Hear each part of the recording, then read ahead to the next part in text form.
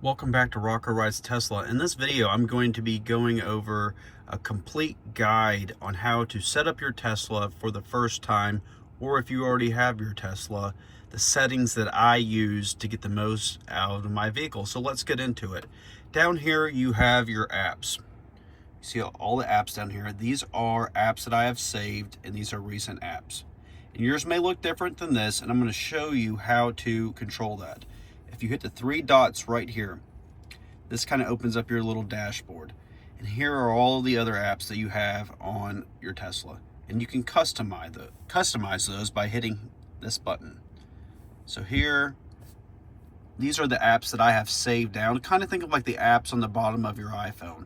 How you have your main apps that are always at the bottom. These are those right here. So I can delete one and then add another by just grabbing and dragging. Let's put that one back. I like to use Grok.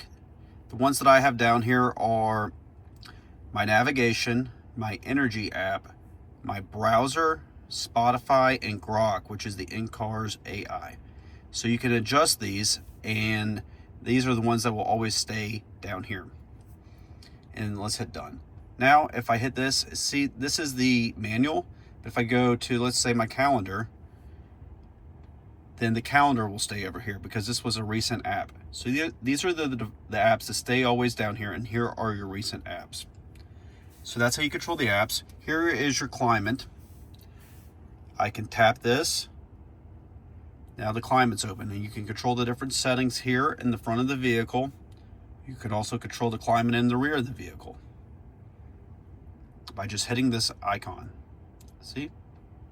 If I hold down on it, it turns off the climate. Just tap it and it brings it back online. You can adjust the temperature up and down. Steering wheel, tap this again. You can do heated steering wheel, heated windshield, heated rear windshield.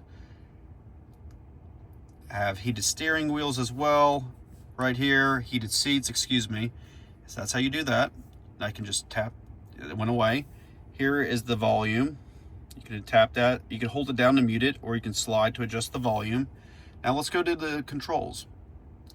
Hit the vehicle icon on the bottom left. So here are the main controls for the vehicle. Headlights I have on auto and auto high beams. You can fold your mirrors, turn the child lock on and off, whether you want to lock both sides of the door or just one side. Window lock.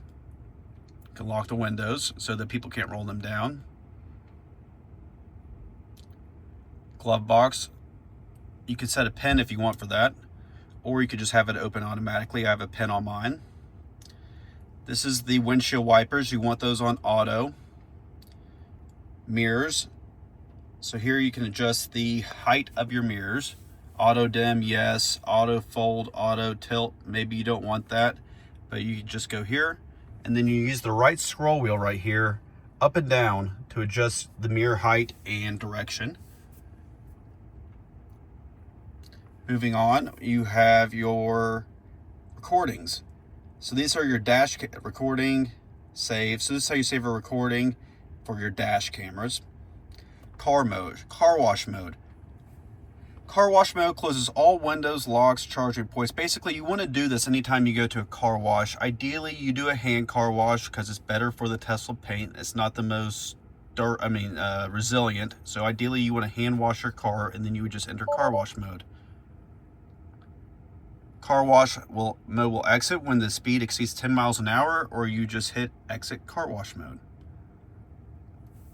So now we go back to the controls down here on the left.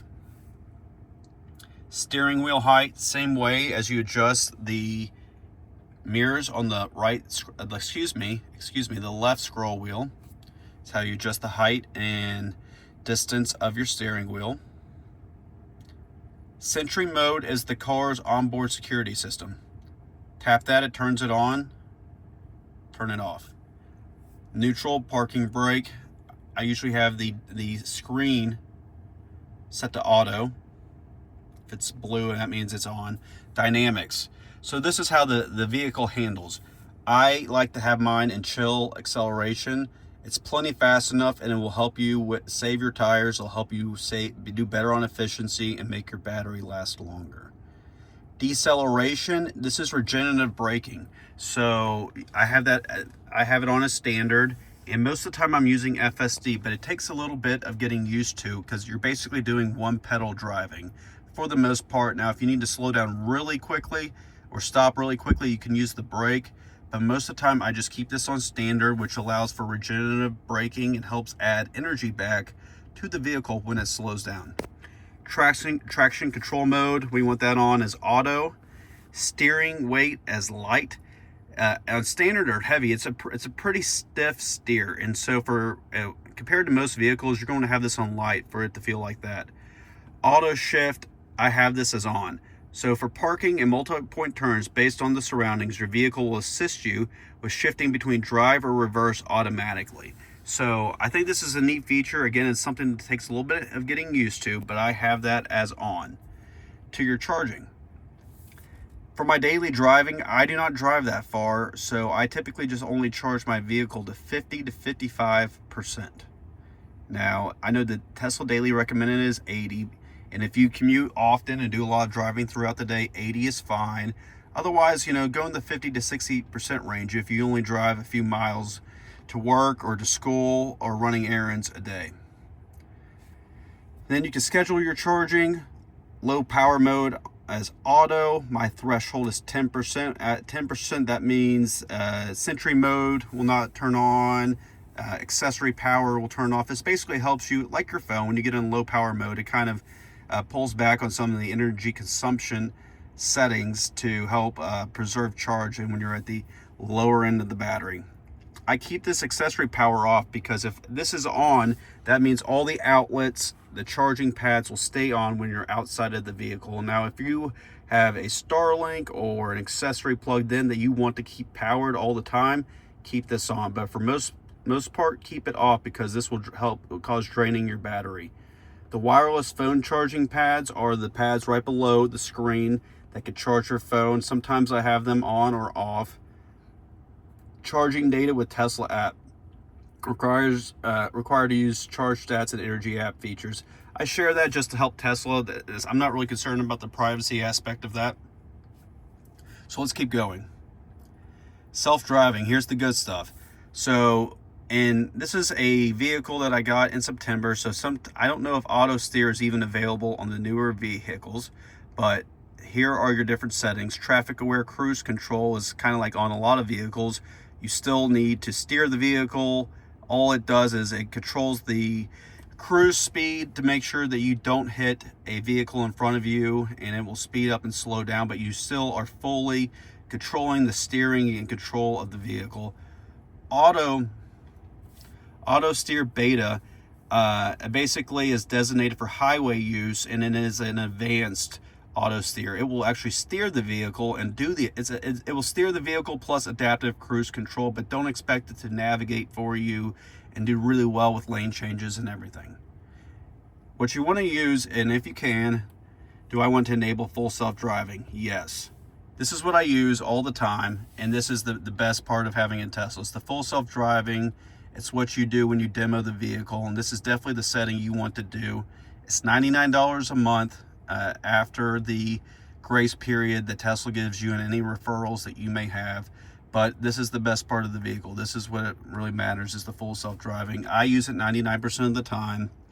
Brake confirm, requires brake press and release to start FSD supervised. I have that off because I'm just very comfortable with it. You can try that whatever your personal preference is. The speed profiles, mine's in standard. I do most of my driving in standard or hurry, and standard goes probably 4 or 5 miles over the speed limit. Hurry can be 8 to 10, and Mad Max can go 15 plus. Sloth will go the posted speed limit no matter what, and chill is just a couple miles over. Expand full self-driving visualization. This basically means when FSD is on, this whole screen will show kind of the visualization and you won't see the navigation. I know this is a lot, so you can go back and watch this several times or rewind, but I'm just trying to show you all the settings I have and get through this. Actual Smart Summon allows you to basically call the vehicle to you. You have to be in a parking lot and you use it through the Tesla app. It's something pretty neat feature. Try it in an empty parking lot before you try it when other people are around or a lot of other vehicles. Speed limit warning, I have that on as display, not chime. Speed limit absolute. This is kind of more for the adaptive cruise control. But in anything, I have this set to 90. FSD will not go above 85, so that doesn't really matter. Forward collision warning. This is how far away it starts to warn you of a forward collision. I have mine on as medium. Lane departure avoidance is a warning. It doesn't. If you have it on as assist, it will actually try to steer the steering wheel back. Emergency lane departure avoidance on. Automatic emergency braking, disable full self-driving, and auto steer to modify. Obstacle aware acceleration. Obstacle aware acceleration automatically limits acceleration and may apply the brakes if any obstacle is detected in front of you while driving at low speeds.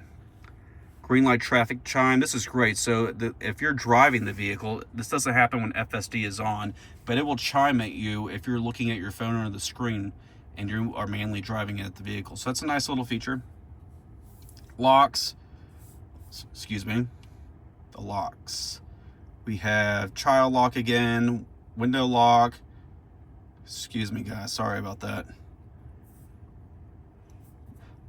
Walk away door lock. Walk away door lock is disabled at this location, but basically what that means is you don't have to lock. This is huge right here. Walk away door lock. When you walk away from the vehicle and you have your phone, which is your key to the vehicle, on you, the car automatically locks, which is great. Driver door unlock mode. I have this off. When enabled, the driver door and charge port will unlock when the key is detected near the driver's side door. Holding down the interior driver door button will unlock the rest of the vehicle. So I just keep that off. Hands-free trunk. If you stand behind your vehicle for a few seconds, it will start to beep and then automatically open as long as you have your phone on you. Unlock on park. So basically when I'm driving, the vehicle is locked, but when I put the car in park, it unlocks. And that's just more of a personal preference thing. Car left open notifications. You will get a notification in your Tesla app if you leave any of the windows, trunk, or door open. Phone left behind chime, yes. Lock confirmation sound, yes. So the car makes the deep, deep sound when you exit. Close windows on lock. These are all good things. Lights. Auto headlights on. Adaptive headlights. Selectively dim. And so this is really cool. Basically, it puts the high beams on and it will dim them around other vehicles or people on the road. Headlights after exit, yes. The dome lights I have off, or I'll do auto. The accent lighting, I have this come on at night only, and it's this little light strip. You can control the color of that. The seats, you can move this seat forward. You can control the heated or cooled seats. You can fold or unfold the rear seats from the back, which is very neat. The display, I have it on dark. Some people like the light during the day. It's too bright for me. I typically just do dark all the time, but again, that's a personal preference thing. Automated blind spots camera, you could turn that off. So basically what that means is anytime the turn signal comes on, the blind spot cameras will show up. And I'm using FSD all the time, so I don't find that to be necessary. Touchscreen charging. Here you can schedule your charging. Safety. Auto enable Sentry and park, excluding my home. So basically, anytime I park the vehicle away from my home, the Sentry mode will turn on and it will record motion around the vehicle. But I don't need that on in my home garage. Camera-based detection. Yes. Yes. View camera and mobile app on. Dash cam on. Service. Kind of just see the information about that. Your software, your navigation. Automatically route homework or next calendar. I don't like that much. Use that HOV lanes. You can have that on as auto. When set to auto, your route automatically takes the carpool lane for high occupancy vehicles if the time, location, number of passengers, and road restrictions allow. Let's do yes. I don't have any toll passes on right now. So trip planner, add supercharger stops if necessary. You definitely want this on. Online routing to find the fastest route. Avoid tolls, ferries, etc. So that's that. Your charging, your Wi-Fi, your Bluetooth, audio, etc. So those are all the charging stats I have, and this is how you set up your Tesla for the first time. I hope you found this helpful. And one more thing up here, it says easy entry. Basically what that means is that the seat will move. You can kind of set it up so that easy entry means, hey, raise the steering wheel and move the seat back, and you can kind of control the setting for that. And so it helps you get in and out of the vehicle. And then you have your driver profiles up here that you set up, and that way it's customized to each time you get in the vehicle. It will remember where you had the steering wheel. It will remember the accent lighting, the rear view mirrors, the side mirrors, the seat, etc. So those are kind of your custom driving settings. So this is how you set up your Tesla for the first time. These are all the settings that I like to use personally. Let me know if you have any questions on this, or if you think there are some better ways to have your settings set up in terms of what you like with your settings and what you don't. I hope you found this vehicle helpful, and if you're watching this vehicle thinking about getting a Tesla, I will include my referral link in the description of this video. That'll get you 3 months free FSD. A lot of people get Teslas for the first time. They're like, hey, how do I use Grok? How do I set this up? What are the FSD settings, etc. This was a full breakdown on that. I hope you found this helpful. And to turn Grok on, that's just something that you do right here by pressing the Grok icon, and then, or if I tap this once, it's voice commands. A quick tap. If I hold this down, it turns on Grok. Then I let up. Hey, Grok. Hey, what's up? You let up on what? I just made a video on going over how to set up your Tesla in my favorite settings. That's cool. What are your top favorite settings for a Tesla? I'd love to hear them. So that's how you use that. Hope you have found this video helpful, and until I talk to you all next time, be safe.